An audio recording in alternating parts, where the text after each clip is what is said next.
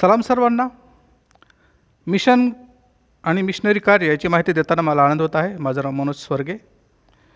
Missionary कथा या शृंखलेतली आपली आजची कथा आहे अदोनीराम जडसन. 1788 ते 1850 हा कालखंड जो होता, ह्या कालखंडामध्ये महामारी येऊन गेली. या कालखंडामध्ये गरिबी, गुलामी, युद्ध हे सर्व प्रसंग येऊन गेले. आणि अशा कालखंडामध्ये पण मिशनरींनी जगामध्ये जाऊन येशूचं कार्य लोकांपर्यंत पोहोचवलं. येशूची प्रीती लोकांना दाखवली. अनाथ हॉस्टेल्स काढले अनाथ मुलांसाठी आणि गोरगरिबांसाठी त्यांनी मदत केली. ख्रिस्ताचं प्रेम त्यांना दिलं. एवढंच नाही तर आज आपण जे काही मोठे मोठे कॉलेजेस किंवा महाविद्यालय पाहत आहोत, भारतात देखील जे 200 वर्ष 150 वर्ष झालेले आहेत, त्या मिशनरी कार्याचं सेवाचं ते फळ आहे. आणि त्यातूनच शिकून अनेक लोक आज पुढे आलेले आहेत. अनेक हॉस्पिटल, अनेक शाळा, अनेक मोठे मोठे सेवाभावी संस्था ह्या मिशनऱ्यांनी उभ्या केल्या. त्यांचे देश सोडून ते आपल्या देशामध्ये आले आणि त्यासाठीच मिशनरींची ओळख करून देणं, त्यांच्या कार्याचा आढावा घेणं हे माझं कर्तव्य मी समजतो आणि त्यांची गोष्ट आपल्या पुढे आणणं मला यात आनंद आहे. अदोनीराम जडसन ह्याविषयी आज आपण माहिती घेणार आहोत. अदोनीरामचं बालपण कसं गेलं ते आपण पाहूया. पाळकाच्या निवासस्थानी लहान मुलांचे एक गट गाणे गात होता. सुवार्ता मम जावणी सांगा वदतो प्रभू तुमचा. ही संडे स्कूलची शाब्बात शाळा होती आणि शाब्बात शाळेमध्ये दोघोपैकी एक नाही तर 4-5 मुलं एका ठिकाणी जमून उपासनेचा खेळ खेळत होती. ज्याप्रमाणे चर्चमध्ये उपासना चालते त्याची ते ॲक्टिंग करत होते किंवा त्यांचा तो खेळ ते खेळत होते. आणि अचानक ह्या सर्वांमधून एक 4 वर्षाचा मुलगा खुर्चीवर चढला आणि गंभीरपणे त्या संपूर्ण मुलांच्या गटाला संदेश सांगू लागला. आणि त्याची ती संदेश सांगण्याची छाप बघून किंवा त्याची ती लय बघून, त्याचं धाडस बघून, त्याची आवड बघून सर्वांना कळून चुकलं की हा येणाऱ्या दिवसामध्ये सुवार्तिक होणार आहे, मिशनरी होणार आहे. आणि उपासनेचा खेळ त्या मुलांनी सहज म्हणून खेळला. परंतु देवाने हे लहान पोराचं टॅलेंट, त्याची ती लकब, त्याची बोलण्याची ती भाषाशैली किंवा त्याचं ते टॅलेंट येणाऱ्या भविष्यातील त्याच्या कारकिर्दीचं ते एक छोटासा, ज्याला आपण म्हणतो की छोटासा ट्रेलर त्या ठिकाणी तो दाखवला होता. अदोनीराम जडसन हा पाळकाचा मुलगा होता. त्याचा जन्म 9 ऑगस्ट 1788ला झाला आणि बालवयापासूनच तो असामान्य बुद्धिमत्तेचा धनी होता. 3 वर्षाचा असताना तो बायबल वाचायला शिकला. एक दिवस पवित्र शास्त्राचा म्हणजे बायबलचा एक संपूर्ण अध्याय त्याला वाचताना पाहून त्याच्या पित्याला आश्चर्य वाटलं, नवल वाटलं की माझा 3 वर्षाचा मुलगा बायबलचा अध्याय वाचत आहे. आणि साहजिक यामागे त्याच्या आईची म्हणजे मम्मीची, त्याच्या वडिलांची मेहनत असेल, कष्ट असतील. परंतु त्याची बुद्धी देखील ह्या ठिकाणी आपल्याला वाखाणता येईल की तो अतिशय हुशार बुद्धिमत्तेचा धनी होता. आणि आपण पुढे पाहतो की तो 10 वर्षाचा असताना एक त्याच्या गणिताची आवड एवढी त्याला झाली की तो 10 वर्षाचा असताना गणित तज्ज्ञ बनला. 10 वर्षाचा मुलगा गणित तज्ज्ञ झाला. लॅटिन आणि ग्रीक भाषा शिकता शिकता त्याने ईश्वर ज्ञानाची, ज्याला आपण म्हणतो की थिओलॉजीची पुस्तकं त्याने वाचली आणि ग्रीक ज्ञानाबद्दल तो ओळखला जाऊ लागला. 10 वर्षाचा मुलगा ज्याला ग्रीकचं ज्ञान आहे, ज्याला लॅटिनचं ज्ञान आहे, अशा प्रकारे त्याची ख्याती त्या आजूबाजूच्या परिसरामध्ये झाली. आणि हा मुलगा नावारूपाला येऊ लागला की पाळकाचा मुलगा अतिशय हुशार आहे, त्याला ग्रीक लँग्वेज येते, त्याला लॅटिन लँग्वेज येते, तो गणित तज्ज्ञ आहे. आणि पुढे ह्या अभ्यासाच्या जोरावर तो वयाच्या 18व्या वर्षी ब्राऊन विद्यापीठामध्ये त्याने प्रवेश घेतला होता. आणि त्या पूर्ण ब्राऊन विद्यापीठामध्ये प्रथम येऊन तो त्या ठिकाणी पदवीधर झाला.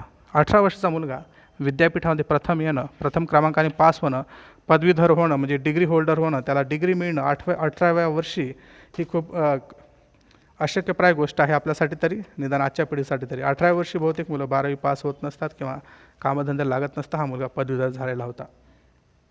परंतु त्याचा पुढचा जो काळ आहे तो थोडा खडतर गेला किंवा त्याला आपण सांगू तो वयाच्या 18व्या वर्षानंतर काही 2-3 वर्षापर्यंतचा काळ त्याचा जो आहे तरुणपणाचा, तो चुकीच्या संगतीमध्ये गेला किंवा ज्या मित्रांमध्ये त्याने राहायला नको त्या मित्रांमध्ये राहिला. त्याचा एक जवळचा मित्र होता, ज्याला आपण क्लोज फ्रेंड म्हणतो, जिगरी फ्रेंड म्हणतो. तो जरा जगिक होता आणि हुशार पण होता, पण तो चलाक देखील होता आणि शिवाय तो अधार्मिक होता.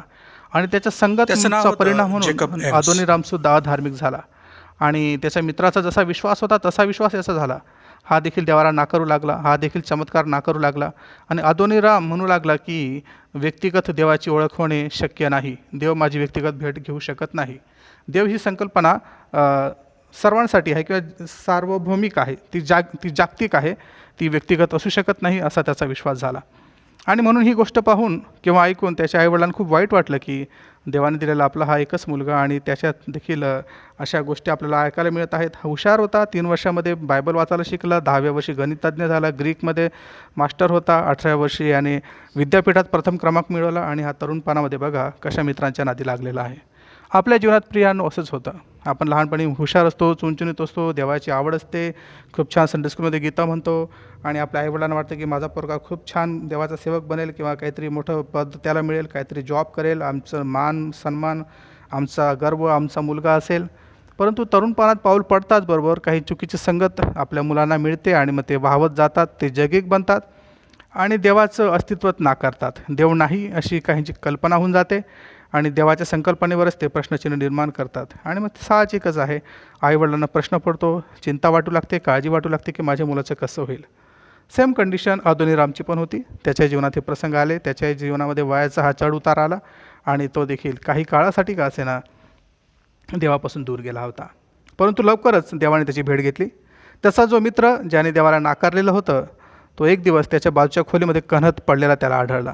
तो खूप मरणपाय अवस्थेमध्ये होता, तो कण्हत होता त्या ठिकाणी आणि मृत्युमुखी पडलेला आहे. त्याची आवाज काढण्याची त्याला ऐकू येत आहेत आणि म्हणून त्याची रात्री झोप ओढ आली आणि सकाळी त्याला माहीत पडलं की त्याचा जो क्लोज फ्रेंड होता, त्याचा जिगर मित्र होता, तोच त्या ठिकाणी शेजारच्या खोलीमध्ये रात्रीच्या टायमाला कण्हत होता. आणि त्या रात्री त्याने परमेश्वराला आपला उद्धारकर्ता म्हणून स्वीकारलं. प्रभू येशूला त्याने तारणार म्हणून स्वीकारलं, आपलं जीवन त्याला समर्पित केलं आणि ख्रिस्ताला स्वीकार केल्याचं त्याने आपल्या आईवडिलांना सांगितलं आणि त्या दिवसापासून त्याला मनामध्ये स्वास्थ्य मिळालं, त्याला अंतःकरणामध्ये शांती लाभली आणि अलौकिक शांती, अलौकिक आनंद ज्याला आपण म्हणतो प्रभू सहवासाचा, तो त्याला लाभला. देवाचं पाचारण. त्याच्या जीवनामध्ये हा बदल पाहून सर्वांना आनंद झाला, सर्वजण संतुष्ट झाले की खरोखर अदोनीरामला परमेश्वराने पाचारण केलं आहे, त्याला दर्शन दिलं आहे आणि म्हणून त्यांनी आपल्या खोलीमध्ये लिहिलेलं सर्वांना दिसलं की हे देवाला संतुष्ट करीते काय, ह्यामुळे देवाला आनंद होतो काय. आणि म्हणून त्याच्या सर्व मित्रांनी ठरवलं की आता याला मिशनरी कार्यासाठी पाठवायचं आणि 5 जणांनी मिळून त्याच्यावर प्रार्थना केली आणि प्रार्थना करून त्याला मिशनरी कार्यासाठी त्यांनी त्याची रवानगी केली. मिशनरी कार्यासाठी त्याला शुभेच्छा दिल्या आणि त्याचं जे लहानपणीचे ते गाणं त्यांनी म्हटलं होतं मित्रांसोबत खेळताना, जावणी सांगा सर्व जागा, त्या गाण्याने त्याच्या मनाचं पकड घेतली होती आणि त्या पकडमुळेच तो मिशनरी सेवेसाठी परदेशात जायला तयार झाला. आणि पण तो जाणार कसा, त्याला पाठवेल कोण. आणि म्हणून त्याने मिशनरी सोसायटी अमेरिकेला नव्हती म्हणून अदोनीरामने प्रार्थना केली. मिशनरी बनण्याची त्याची मनोमन खात्री झालेली होती, त्याच्या 4 मित्रांनी त्यांनी सांगितलं देखील होतं. देवाने त्याची प्रार्थना ऐकली. 1810 साली अमेरिकन बोर्ड ऑफ मिशन स्थापन झालं. 1810मध्ये अमेरिकन बोर्ड ऑफ मिशन स्थापन झालं आणि लंडन मिशनरी सोसायटी अमेरिकन मिशनरींना पाठवण्यास पाठिंबा द्यायला तयार आहे असं त्याला समजलं आणि म्हणून जडसनला लंडनला पाठवण्यात आलं. पण त्यावेळी फ्रान्स आणि ब्रिटनचं युद्ध चालू होतं आणि जडसनचं जहाज पकडण्यात आलं. त्याला कैदी म्हणून एका घाणेरड्या खोलीत डांबण्यात आलं. त्याला फ्रेंच भाषा येत नव्हती, त्यामुळे तो फ्रेंच भाषेत त्यांना उत्तर देऊ शकत नव्हता किंवा कैद करणाऱ्यांना ख्रिस्ताची वाणी सांगू शकत नव्हता, ख्रिस्ताविषयी माहिती देऊ शकत नव्हता. त्यामुळे तो निराश झाला आणि एकदा एक अनोळखी अमेरिकन त्या तुरुंगामध्ये आला आणि त्याने त्याला आपल्या झग्याखाली, मिलिटरीच्या झग्याखाली लपून बाहेर काढलं आणि अशा प्रकारे तो त्या तुरुंगातून बाहेर निघाला. इंग्लंडला पोचल्यावर लंडन बोर्डाला त्याची योजना पसंत नव्हती असे त्याला आढळले. तथापि अमेरिकन बोर्डाने त्याला पाठिंबा द्यायचं ठरवलं होतं, हे पाहून त्याला आनंद झाला. परक्या भूमीत 1812 साली अदोनीरामचं लग्न झालं. ॲनसोबत त्याचं लग्न झालं. ॲनचं नाव आहे ॲन हॅचलटाईन आणि हिच्यासोबत त्याचं लग्न झालं आणि लवकरच तो मिशनरी सेवेसाठी भारताला निघाला. परंतु देवाने त्याच्या योजनेनुसार त्याला दुसऱ्या दिशेने नेले. त्या काळात भारतामध्ये सत्तेवर असलेल्या ईस्ट इंडिया कंपनीला भारतातील मिशनरी सेवा कार्य पसंत नव्हते किंवा ते मिशनरी सेवेला हातभार लावत नव्हते, परवानगी देखील देत नव्हते.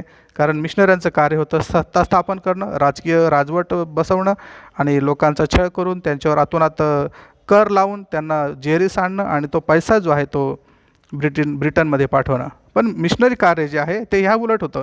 मिशनरी कार्य गोरगरिबांची सेवा करणं, गोरगरिबांना मदत करणं, त्यांना येशूची प्रीती दाखवणं, त्यांना गोरगरिबीमधून वर काढण्यासाठी सहाय्य करणं, त्यांना शाळा शिकवणं, हॉस्पिटल बांधणं, हॉस्टेल स्थापन करणं, हॉस्टेल काढणं, हे मिशनरी कार्य होतं आणि हे मिशनरी कार्याला ईस्ट इंडिया कंपनी विरोध करत होती.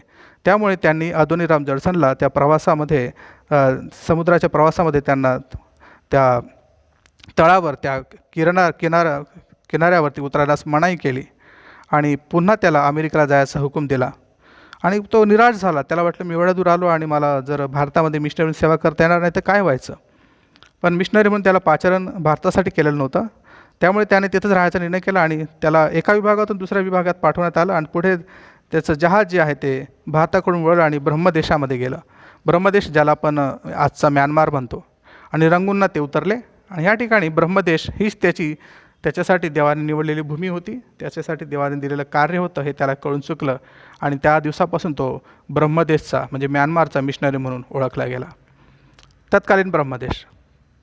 त्यावेळी सर्व सत्ताधारी अशा राजाचे ब्रह्मदेशात राज्य होते आणि सर्व लोक त्याचे गुलाम होते. तो मिशनरींचा कट्टर विरोधी होता. हा देखील ईस्ट इंडिया कंपनीप्रमाणेच मिशनरी कार्याचा विरोधक होता.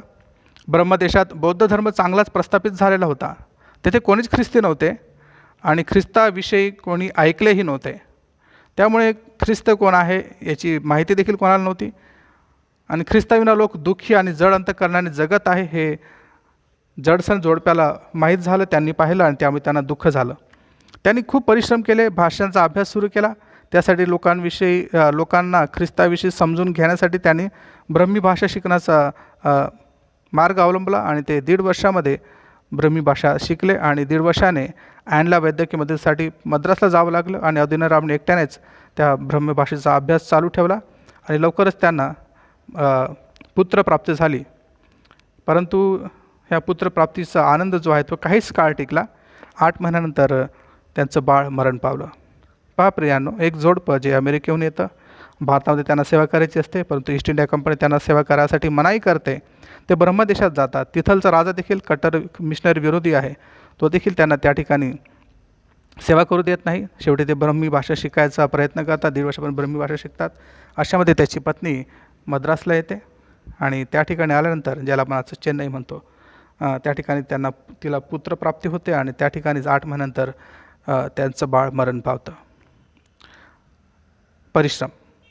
जर देवाचं वचन ब्रह्मी लोकांना त्यांच्या भाषेत मिळालं तर अनेकांचं तारण होणार आहे हा अदोनीरामचा विश्वास होता. त्यामुळे दिवसाचे 14 तास तो भाषा अभ्यासामध्ये घालवत असे. 24 तासापैकी 14 तास तो फक्त भाषा शिकण्यामध्ये घालवत होता. एवढा त्याचे कठोर परिश्रम त्या ठिकाणी आपल्याला पाहायला मिळतात. पवित्र शास्त्र भाषांतरावर तो खर्च करीत होता. हात यंत्राने त्याने हस्तपत्रिका आणि पवित्र शास्त्राचे भाग छापले. मिस्टर हॉग हा नवीन मिशनरी पत्नीसह तेथे आला व तो छपाई काम जाणत होता. एक जोडपं त्याला येऊन मिळालं, मिस्टर अँड मिसेस हॉग. आणि मिस्टर आणि मिसेस हॉग त्या ठिकाणी ब्रह्मदेशात आले आणि त्यांनी अदोनीराम जडसनला मदत केली. लवकरच मत्तेकृ शुभवर्तमानाची छपाई सुरू झाली. 2 वर्षाच्या परिश्रमपूर्वक प्रयत्नानंतर एक दिवस एक शोधक जडसनकडे आला व त्याने आणखी ख्रिस्ती साहित्याची मागणी केली. एक मनुष्य आला, तो सांगू लागला, मला तुम्ही जे शिकवता, तुम्ही जे बोलतात त्याची प्रिंट हवी आहे किंवा छापलेलं काही कागद आहे का. आणि तो शोधक जो होता त्याने ती मागणी केली. मत्तेकृ शुभवर्तमानाची फक्त 5च पानं तयार झालेली होती आणि जडसनने ती त्याच्या हातामध्ये ठेवली. ही 5 पानं तयार झालेली आहेत छापून आणि ही तू घेऊन जाऊ शकतोस. आणि अशा प्रकारे तो स्वार्थ प्रसाराचा पहिला टप्पा जो आपण त्याला म्हणतो की ट्रॅक्स डिस्ट्रीब्युशन, तो 5 पानांचा मत्तेकृ शुभवर्तमानाची 5 पानं त्याने त्या मागणाऱ्याला दिली. जडसन एक सार्वजनिक सभागृह बांधले आणि तिथे तो ब्रह्मी भाषेत लोकांना संदेश देऊ लागला. त्याला ब्रह्मभाषा अवगत झाली आणि तो लोकांना ब्रह्मभाषेत बोलू लागला, ब्रह्मी भाषेत लोकांना संदेश देऊ लागला. आणि रात्रीच्या वेळी तो बराच वेळ लोकांसाठी प्रार्थनात खर्च करत असे की ह्या ब्रह्मी लोकांना समजावं तारण काय आहे, ख्रिस्ताची प्रीती काय आहे, क्षमा काय आहे आणि सार्वकालिक राज्य मिळवण्यासाठी पापक्षमेची आवश्यकता कशी का आहे आणि ख्रिस्ताचं बलिदान का सर्वांसाठी झालेलं आहे आणि तारणार म्हणून ख्रिस्ताला स्वीकार करणं का आवश्यक आहे, ह्याविषयी तो लोकांना संदेश देऊ लागला. आणि लोकांना ते संदेश पटू लागले. तो लोकांच्या मनामध्ये कार्य करू शकत होता कारण तो त्याची भाषा शिकलेला होता. आणि अशा प्रकारे त्याच्या त्या रात्रीच्या प्रार्थनेसभेमध्ये अनेक ख्यातनाम लोक, अनेक प्रसिद्ध लोक येऊ लागले. त्यामध्ये अनेक पुजारी होते, अनेक पदाधिकारी होते आणि हळूहळू तो लोकांमध्ये आवडता झाला. आणि ब्रह्मदेशामध्ये आल्यापासून 6 वर्ष त्याला त्या ठिकाणी लागले लोकांची मनं जिंकायला. आणि 6 वर्षापर्यंत तो शुभवर्तमान सांगू लागला. तो प्रार्थना घेऊ लागला रात्रीच्या वेळेला, लोकांमध्ये जाऊ लागला आणि त्याची त्या ठिकाणी एक चांगला माणूस म्हणून ओळख निर्माण झाली. आणि 6 वर्षानंतर एक विश्वासू त्याच्या समोर आला. त्याचं नाव होतं नागेनाऊ. नागेनाऊ हा पहिला विश्वासणारा ज्याने ख्रिस्ताचा उघड स्वीकार केला, सर्वांसमोर त्याने बाप्तिस्म्याची मागणी केली आणि त्याने सांगितलं की जरी बाप्तिस्म्यामध्ये माझा छळ झाला किंवा माझा मृत्यू झाला तरी मी माझा निर्णय फिरवणार नाही. आणि पहिला बाप्तिस्मा घेणारा, पहिला विश्वासू, पहिला ख्रिस्तावर विश्वास ठेवणारा ईसा म्हणून नागेनाऊ हा आपल्याला पाहायला मिळतो. आणि हळूहळू इतरांनी ख्रिस्ताचा स्वीकार केला. रंगूनमध्ये 18 विश्वासू त्यावेळेला तयार झाले आणि त्या 18 विश्वासूनंतर ॲन जी आहे अदोनिरामची पत्नी, ही तापाने आजारी पडली आणि म्हणून तिला अमेरिकेला पाठवायचं ठरलं. त्याने अमेरिकेला पाठवलं आणि भाषांतराचं कार्य अजून चालूच होतं. नवकाराचं भाषांतर शेवटी अशा कठीण अडचणीवर मात करत करत त्यांनी पूर्ण केलं. आणि तोवर आधीचा राजा जो होता तो बदलला आणि नवीन बादशाह गादीवर आला आणि कार्य पुढे चालू ठेवण्याच्या परवानगीसाठी जडसन त्या राजाकडे गेला आणि त्याला सांगू लागला की मला भाषांतराचं कार्य करायचं आहे, मला पवित्र शास्त्राचं भाषांतर करायचं आहे, मला मिशनरी कार्य ह्या ठिकाणी करायचं आहे, मला परवानगी द्या. परंतु काय झालं, राजाचा राजवाडा आव्हा येथे होता आणि आव्हा येथे जडसन पत्नीसह गेला. आव्हा हे म्यानमारमध्ये आहे. त्यावेळी त्यांचे आदरपूर्वक स्वागत झाले नाही. ब्रिटिश व ब्रह्मदेश यांच्यामध्ये युद्ध सुरू झालेलं होतं आणि सर्व परक्यांना हेर समजून पकडण्यात आलं होतं. त्यांना वाटलं हे जे गोरे लोक दिसतात हे सर्व ब्रिटिशच आहेत आणि सर्व गोरे लोक आपले शत्रूच आहेत. ज्याप्रमाणे भारतीयांना आज देखील बऱ्याच भारतीयांना हा समज आहे, गैरसमज आहे की सर्व मिशनरी जे आहेत किंवा सर्व इंग्रज जे आहेत ते ख्रिश्चन आहेत. तसं नाही प्रियांनो. सर्व इंग्रज जे होते ते मिशनरी नव्हते किंवा सर्व इंग्रज जे होते ते ख्रिश्चन नव्हते. त्यांच्यात पण वेगवेगळे विश्वास धरणारे वेगळ्या धर्माचे लोक होते, वेगळ्या जातीचे लोक होते. आणि गोरा म्हणजे इंग्रज असं नाही किंवा गोरा म्हणजे इंग्रज म्हणजेच मिशनरी असं देखील नाही. मिशनरी काम करणारे लोक वेगळे होते, ज्यांना ख्रिस्ताची प्रीती ठाऊक होती, ज्यांनी आपलं आयुष्य ह्या भारत देशात घातलं, आपला परिवार ह्या भारत देशात त्यांनी आहुतीला दिला. ह्या भारत देशामध्ये आज देखील त्यांच्या काही ठिकाणी कबरी आहेत. ह्या भारत देशात त्यांची माती झालेली आहे. आपलं संपूर्ण जीवन भारत देशासाठी अर्पण केलं की इथलच्या लोकांनी शिकावं, ह्या लोकांना आरोग्य मिळावं, ह्या लोकांचं जीवनमान उंचावं, ह्यासाठीच ते खचले, ह्या ठिकाणी ते खंगले आणि ह्या भारत मातीवर त्यांनी प्रेम करत भारत मातीच्या स्वाधीन स्वतःचा देह देखील अर्पण केला. ख्रिस्ताची प्रीती दाखवण्याचं कार्य ह्या मिशनऱ्यांनी केलं. परंतु इंग्रजांनी राज्य स्थापन करण्याचं कार्य केलं. म्हणून इंग्रज आणि मिशनरी ही संकल्पना वेगवेगळी आहे. आपण ते समजून घेतलं पाहिजे. इंग्रज हे राज्यकर्ते होते तर मिशनरी हे सेवा करणारे होते. आपण पाहूया पुढे की हे दोघं त्या राजाकडे गेले आणि जडसनला कैद करण्यात आलं. त्याच्यावर आरोप करण्यात आला की हा गुप्तहेर आहे, ज्याला आपण म्हणतो की जासूस, स्पाय आहे हा. आणि स्पायचा आरोप करून, जासूसचा आरोप करून, गुप्तहेरचा आरोप करून त्याला विनाकारण कैद करण्यात आलं आणि 20 महिन्यापर्यंत त्याला तुरुंगात ठेवण्यात आलं. एक मिशनरी सेवा करणारा पाळक जो सेवेसाठी ब्रह्मदेशात गेला होता त्याला त्या राजाने कैदेत टाकलं 20 महिन्यापर्यंत. एवढंच नाही तर फक्त कैद नाही तर त्या कैदेमध्ये असताना, त्या तुरुंगात असताना त्याला अनेक यातना देखील देण्यात आला. अनेक घाणेरड्या खोलीमध्ये त्याला ठेवण्यात आलं आणि तो जो तुरुंग होता तो घाणीसाठी, यातना देण्यासाठी कुप्रसिद्ध होता. जडसनच्या पायात बेड्या घालून दोन्ही पायांमधून एक लाकूड घालून त्याला अर्धांतरी टांगण्यात आले. त्याचं फक्त डोके आणि खांदा जमिनीला टेकलेला होता आणि बेड्यांमधून त्याच्या स्नायूंना जखम झाली आणि कित्येक दिवस त्याचे अवयव दुखू लागले, त्याचं अंग दुखत होतं. त्याला अन्न व पाणी देण्यात आलं नाही. सकाळी फक्त त्याला हवा आणि त्याची शारीरिक हालचाल व्हावी ह्या म्हणून त्याला बाहेर सोडण्यात येई. तेवढ्या वेळामध्ये तो बाहेरची हवा खात असे आणि आपल्या शरीराची हालचाल करत असे आणि पुन्हा त्याला त्या तुरुंगाच्या काळ्या कुट्ट खोलीत, अंधाऱ्या खोलीत टाकण्यात येई. आणि त्याची पत्नी ॲन ही त्याच्यासाठी अन्न घेऊन येई आणि पाणी घेऊन येई आणि अधिकाऱ्यांनी तिला सोडविण्यासाठी ती विनंती करत असे की माझ्या नवऱ्याला सोडा, तो निरपराध आहे, तो अपराधी नाही. आणि मग शेवटी त्या अधिकाऱ्याने त्याची दया आली. तुरुंगातील एक मोकळी जागा असलेली निवारासाठी ठेवण्यात आले होते आणि ॲनला रोज त्याला रात्रीच्या वेळी भेट देण्यासाठी परवानगी देण्यात आली आणि ती तुरुंगाच्या बाजूच्या एका खोलीमध्ये त्यासाठी जेवण घेऊन येत असेल, तिथं ती स्वतः राहत होती.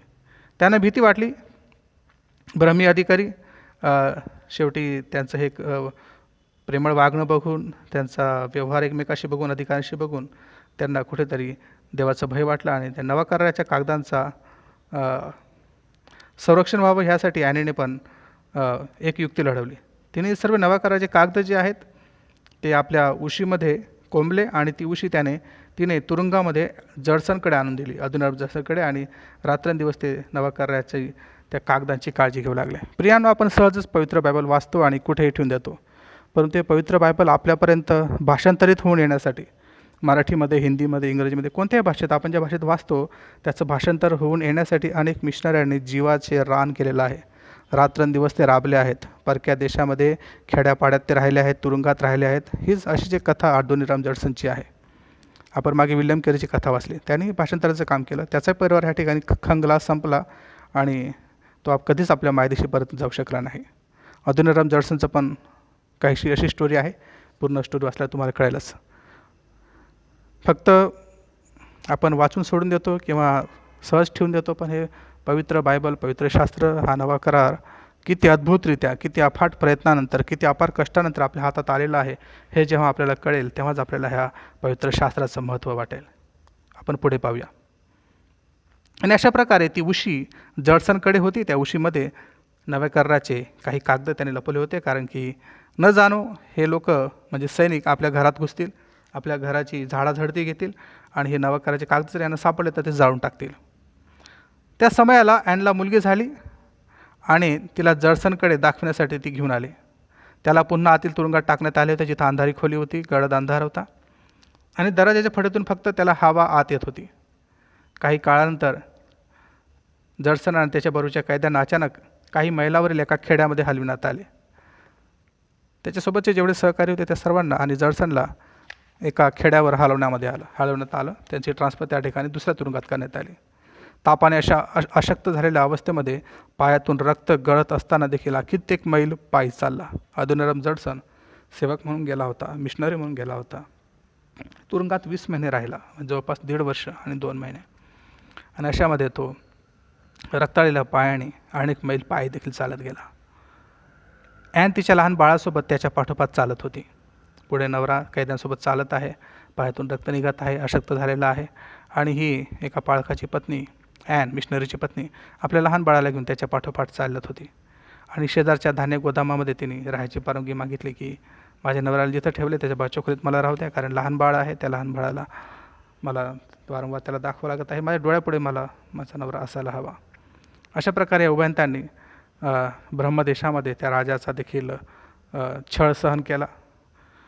एका चांगल्या कामाची किंमत अनेक लोकांना मोजावं लागते. जरी आपले उद्देश चांगले असले, जरी आपला हेतू शुद्ध असला, आपलं कार्य करायची इच्छा चांगली असली, शुद्ध कार्य, शुद्ध हेतू, तरी देखील अनेक अडचणींना तोंड द्यावं लागतं, समस्यांना तोंड द्यावं लागतं, छळाला सामोरं जावं लागतं. हे आपल्याला ह्या ठिकाणी पाहायला मिळतं. आणखीन कसोटी.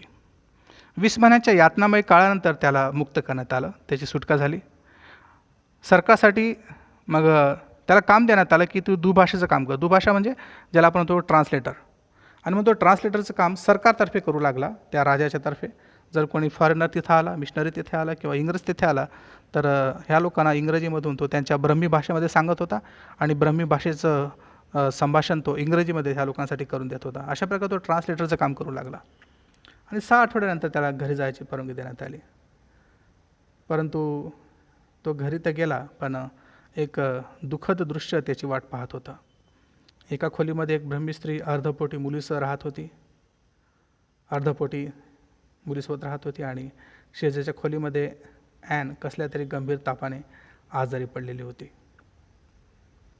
ती बरी झाली, तापातून ती बरी झाली, कारण तिने पण नवऱ्याशिवाय 20 महिने त्या ठिकाणी काढले होते. ती पण खचली होती, ताप होता. आणि बरी झाल्यानंतर मग तिला ॲमहर्स्टला पाठवण्यात आलं आणि ॲमहर्स्टला ते दोघं गेले आणि ॲनला तेथे ठेवून तो आव्हा येथे आला. आणि ॲमहर्स्टला ॲनी होती आणि आव्हा या ठिकाणी परत आडोनीराम जडसन आला. येथे ब्रिटिश कमिशनरला काही कामासाठी मदत करण्यासाठी तो गेला आव्हाला. पण आव्हाला गेल्यानंतर त्याला लवकरच एक बातमी कळली की ॲनचा मृत्यू झालेला आहे तापामुळे. आणि ही गोष्ट त्याच्या हृदयाला छेदून गेली. त्याची प्रिय पत्नी जी त्याच्या सुखादुःखात त्याच्यासोबत होती, मिशनरी कार्यामध्ये त्याला तिने संपूर्ण साथ दिली. आणि अशा वेळेला जेव्हा तो आव्हाला परत आलेला होता ब्रिटिशांच्या कमिशनरच्या कामासाठी, त्याची पत्नी ॲमहर्टला आजारी पडली, तापामध्ये तिचा मृत्यू झाला. आणि त्याला येण्यासाठी उशीर झाला, म्हणून त्याला रडू कोसळले की माझी पत्नी आज मरण पावली आणि मी तिच्याजवळ देखील नाही. आणि या दुःखाने त्याला जबरदस्त धक्का बसला आणि त्यानंतर काही महिन्यानंतर त्याची मुलगी पण मरण पावली.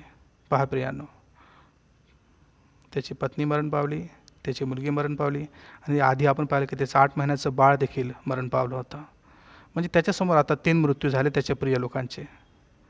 पहिले त्याचं बाळ 8 महिन्याचं मरण पावलं, नंतर त्याची पत्नी मरण पावली, प्रिय पत्नी, आणि आता त्याची मुलगी देखील मरण पावलेली आहे. मिशनरी कार्यामध्ये अशा अडचणी येतात.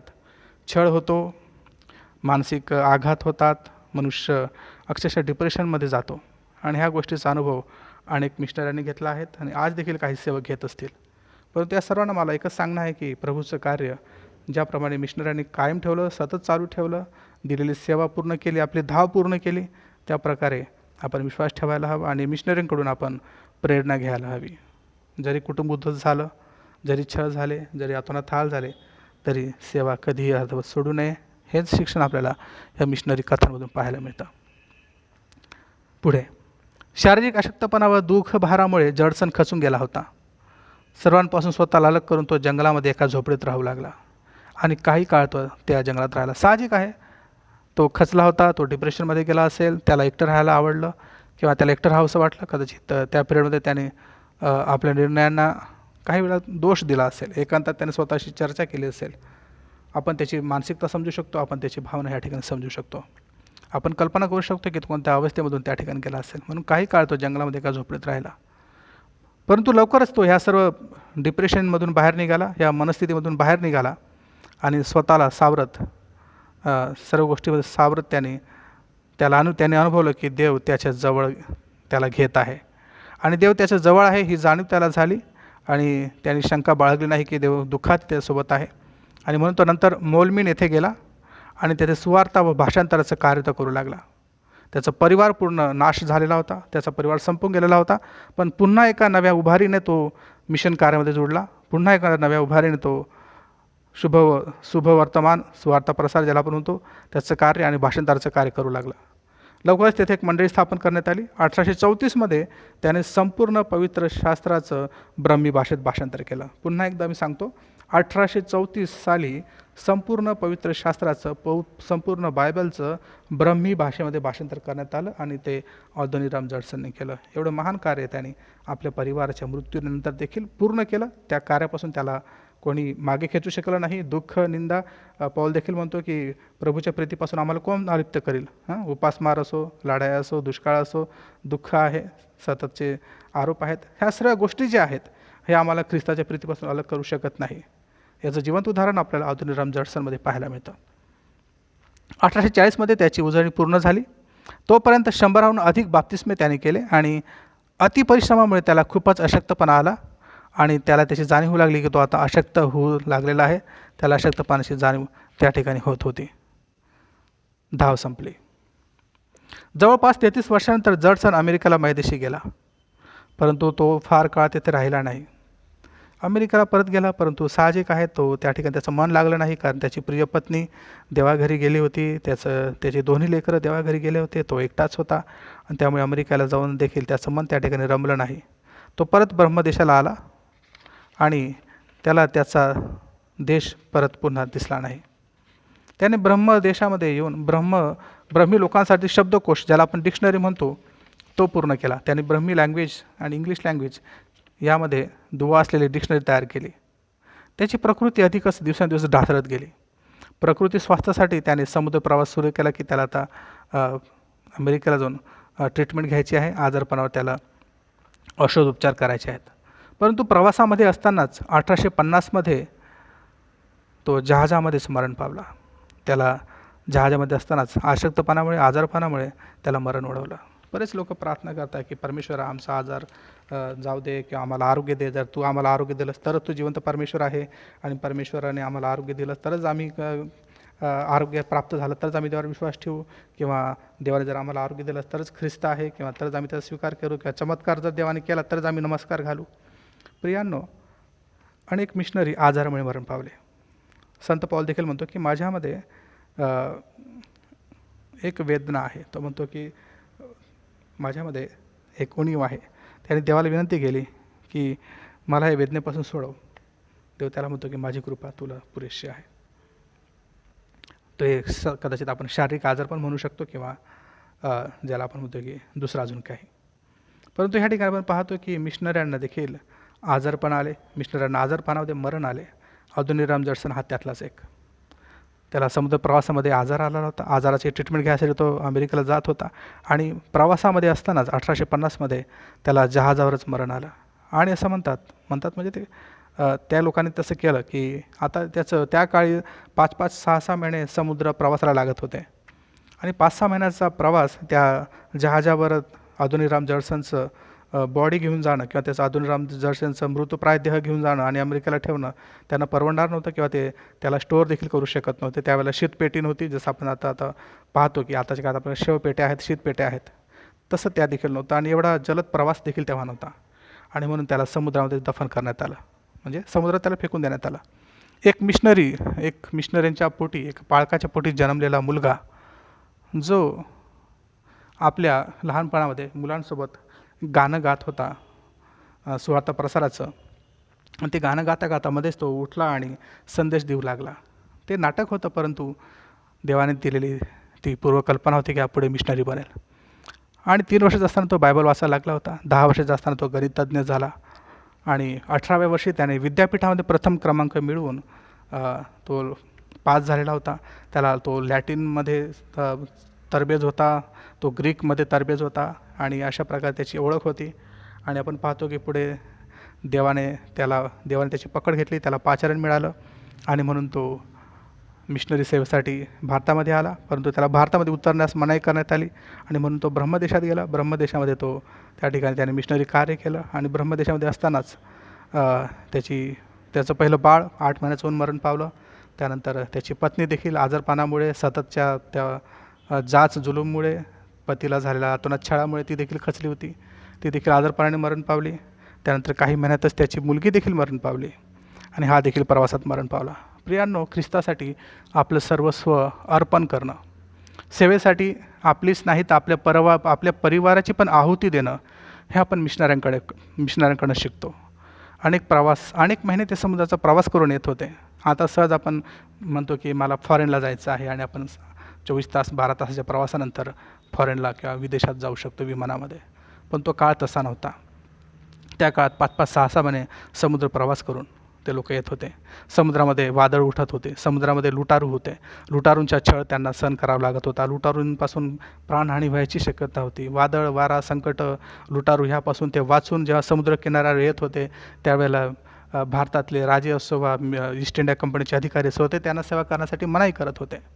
आणि अशा परिस्थितीमध्ये अनेक मिशनरी सेवाकार्य करून गेले आणि सेवाकार्य करता करता काही आजाराने त्रस्त झाले, काहींचा परिवार या ठिकाणी खंगला आणि काही तर आपल्या मायदेशी परत जाऊ शकले नाही. आणि अदोनीराम जडसनचं तर कबर देखील आपल्याला पाहायला मिळत नाही. त्याने ख्रिस्तासाठी एवढं महान समर्पण केलं प्रियांनो, की ते आज बोलताना देखील माझ्या अंगावर काटा उभा राहतो, की त्याचा संपूर्ण परिवार सेवेसाठी त्याने अर्पण करून टाकला आणि त्याचा स्वतःचा देह देखील त्याने ख्रिस्त सेवेसाठी शेवटी अर्पण करून टाकला. आज त्याची कबर देखील आपल्याला पाहायला मिळत नाही. समुद्रामध्ये त्याला फेकून देण्यात आलं, माशांचा तो आहार झाला. सांगायचं तात्पर्य असं की ख्रिस्त सेवेसाठी भारावलेले, ख्रिस्त सेवेसाठी ख्रिस्त प्रेमामुळे वेडे झालेले हे तरुण मिशनरी म्हणून कार्य करून गेले आणि म्हणून आज ब्रह्मदेशामध्ये ख्रिस्ताची सुवार्ता आहे. म्हणून भारतामध्ये देखील ख्रिस्ताची सुवार्ता आहे. आणि हॉस्टेल्स आहेत ज्या हॉस्टेलमध्ये माझ्यासारखे तरुण शिकू शकले, अनाथ होते, परंतु त्या हॉस्टेलमध्ये शिकून, त्या शाळेमध्ये शिकून आज स्वतःच्या पायावर उभे आहेत, संसारात आहेत. अनेक हॉस्पिटल्स आहेत ज्या ठिकाणी अनेक गोरगरिबांची सेवा करण्यात आली आणि गोरगरिबांना त्या ठिकाणी मोफतमध्ये औषध पाणी करण्यात आलं आणि ते बरे झाले. गोरगरिबांची सेवा करणं, शेजाऱ्यावर प्रीती करणं, आपल्या शत्रूसाठी प्रार्थना करणं आणि आपल्या शत्रूसाठी प्रार्थना करणं नाही तर आपल्या शत्रूवर प्रेम करणं देखील आम्हाला प्रभू येशूने शिकवलं. आणि म्हणून ब्रह्मदेशामध्ये अदोनीराम जडसनच्या जाण्यानंतर देखील त्या ठिकाणी 63 मंडळ्या स्थापन झाल्या. 163 मिशनरी आणि कार्यकर्ते त्या ठिकाणी आले आणि 7,000पेक्षा अधिक लोकांनी ख्रिस्ताचा स्वीकार केला. वचन म्हणतं की गव्हाचा दाणा जर मेला नाही जमिनीत पडून तर तो अनेक दाण्यांना कसा जन्म देईल. जोवर आपण सेवेमध्ये खचत नाही, संपत नाही, खंगत नाही, आपला त्याग करत नाही, अनेक दाणे जन्माला येऊ शकत नाही. प्रियांनो, ख्रिस्ताच्या सेवेसाठी दुःख, यातना, आजार, छळ, निंदा, नालस्ती, बदनामी, आरोप हे सारं सहन करणं आणि हे सहन करत असताना आपल्या प्राणांची पण आहुती देणं हे एका खऱ्या मिशनऱ्याचं कर्तव्य आहे. ही खऱ्या मिशनऱ्याची ओळख आहे आणि ही ओळख आपण सर्वजण कायम ठेवूया.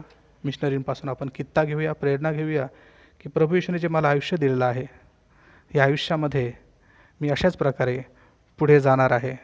मी माघारी फिरणार नाही. धन्यवाद.